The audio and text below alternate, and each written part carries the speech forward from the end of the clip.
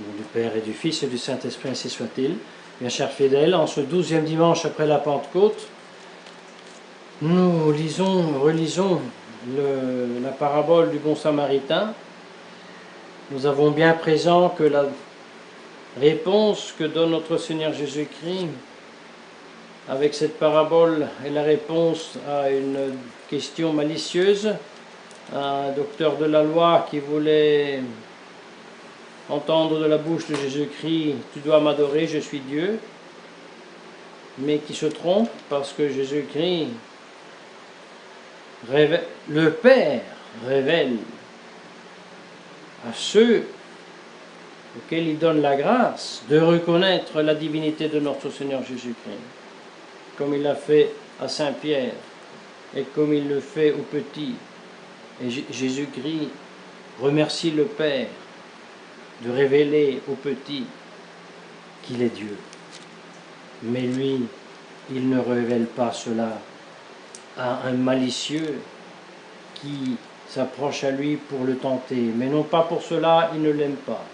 Non pas pour cela, il n'est pas plein de charité vers cette malice et essaye de la changer en grâce. Et il s'approche avec cette parabole du bon Samaritain, dans laquelle le malicieux peut lire, s'il veut, la vérité. C'est-à-dire que le Samaritain, c'est Dieu, et que c'est Jésus-Christ, et que les plaies qui sont soignées sont le péché, et que donc seulement Dieu peut remettre les péchés, et si c'est Jésus-Christ qui le remet, Jésus-Christ est Dieu. Vous voyez, toute cette grande leçon nous fait réfléchir sur un aspect qu'aujourd'hui saint Ambroise traite. Justement, reconnaître Jésus-Christ. Comme nous l'avons lu aujourd'hui dans l'Évangile. Il y en a qui désiraient déjà dans l'Ancien Testament de voir le jour du Seigneur, le jour de Jésus-Christ. Abraham qui tressaillit en voyant mes jours, comme dit notre Seigneur Jésus-Christ. Alors, qu'est-ce que ça veut dire? Voir Jésus. Qu'est-ce que ça veut dire? Voir les jours de Jésus-Christ. Est-ce que cela veut dire que c'est un événement qui eut lieu strictement dans le temps où Jésus-Christ était ici sur terre, lorsqu'il vivait ici sur terre, qu'il marchait, qu'il dormait, qu'il mangeait, qu'il buvait, lorsqu'il opérait avec toute sa réalité corporelle? Non. Bien sûr que oui aussi, parce que Jésus-Christ, étant un vrai homme, il a un vrai corps, et pour cela, il est vraiment visible comme tout corps est visible. Mais voir Jésus-Christ signifie bien une autre chose. Voir Jésus-Christ signifie reconnaître dans ce corps visible, en même temps, l'invisible divinité, c'est-à-dire confesser que ce Christ est Dieu. Et là, la chose change, parce que voir la divinité de Jésus-Christ n'est pas l'objet des yeux, mais l'objet de la foi. La foi qui, comme nous enseigne aujourd'hui saint Ambroise, est le fondement d'une part de la justice, dont il fait l'éloge aujourd'hui dans les lectures des nocturnes. Et la foi est le fondement de la justice, la foi est l'objet de la méditation des justes, la foi est le fondement sur lequel le juste pose la justice pour se accuser soi-même. Et enfin, comme dit le Seigneur par Isaïe prophète, voilà que j'ai envoyé la pierre angulaire comme fondement de Sion, Et cette pierre, c'est le Christ. Alors quelle est la relation entre le Christ et la foi?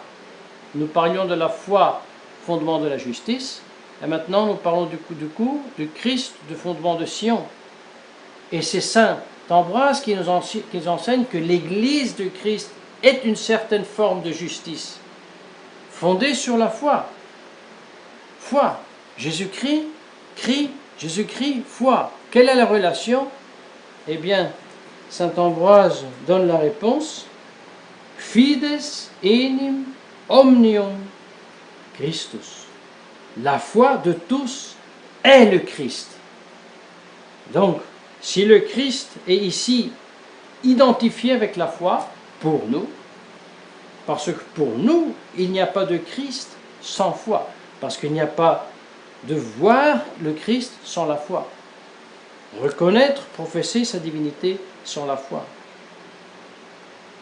Mes chers fidèles, c'est une grande vérité ici nous cueillons et dont nous voulons simplement traire une conclusion. Il est impossible de séparer le Christ de la foi. Et si nous faisons cela, nous risquions de tomber dans de terribles erreurs. C'est bien l'erreur qu'ont fait tous les hérésiarques. Ils ont divisé le Christ de la foi. La foi dit que Jésus-Christ est Dieu. Non, moi j'adhère à Jésus-Christ, mais je dis qu'il n'est pas Dieu. La foi dit que Jésus-Christ est homme. Non, moi j'adhère à Jésus-Christ, mais je dis qu'il n'est pas homme. Et ainsi de suite, toutes les hérésies.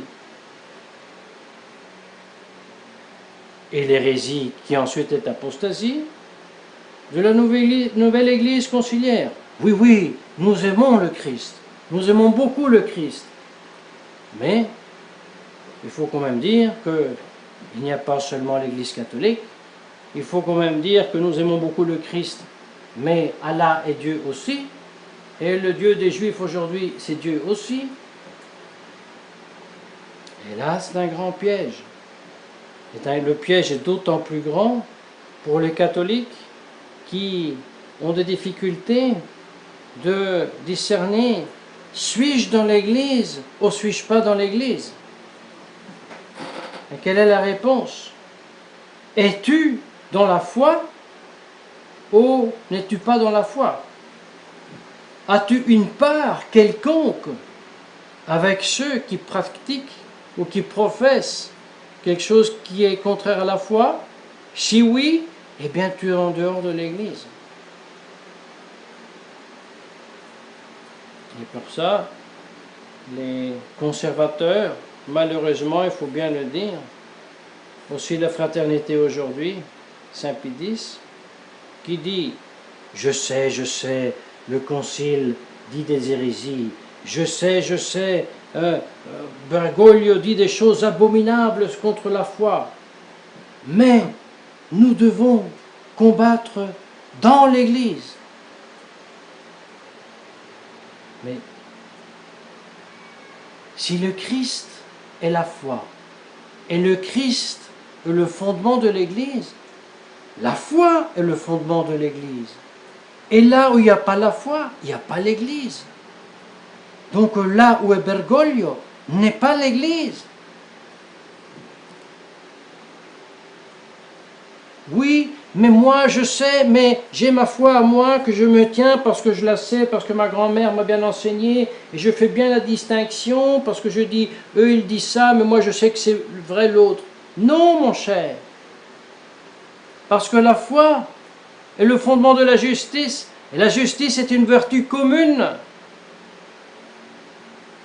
Il n'existe pas la foi privée que je maintiens dans une société qui n'a pas la foi, ça n'existe pas. Donc, la règle, ce n'est pas des conventions sociales, sociologiques, mais c'est la réalité de la foi catholique professée dans son intégrité qui nous donne la certitude d'être ou de ne pas être dans l'Église. Et comme des temps de la crise arienne, un Athanase resté seul. Comme ça, aujourd'hui,